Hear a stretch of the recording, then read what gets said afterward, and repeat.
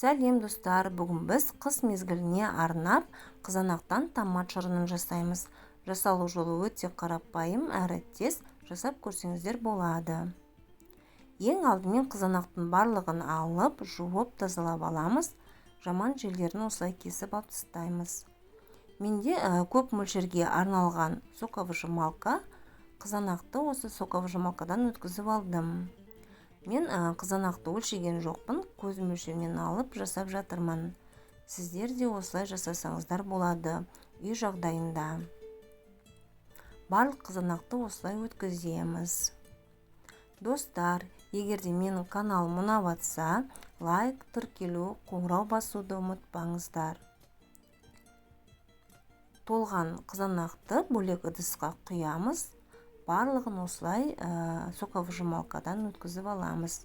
Мен жыл сайын осылай жабамын. Сіздерде жауып көрсеңіздер болады. Барлық қызанақты өткізіп болғаннан кейін, енді газдың үстіне қойып, бетін жауып, қайнатамыз қатты отта. Қайнағаннан кейін осылай көбіктенеді, бетіндегі көбігін алып тастаймыз. Газдың астын басып 15 минут қайнатамыз. Бетін жауып, көбікті алып болғаннан кейін бетін жауып 15 минут қайнатамыз.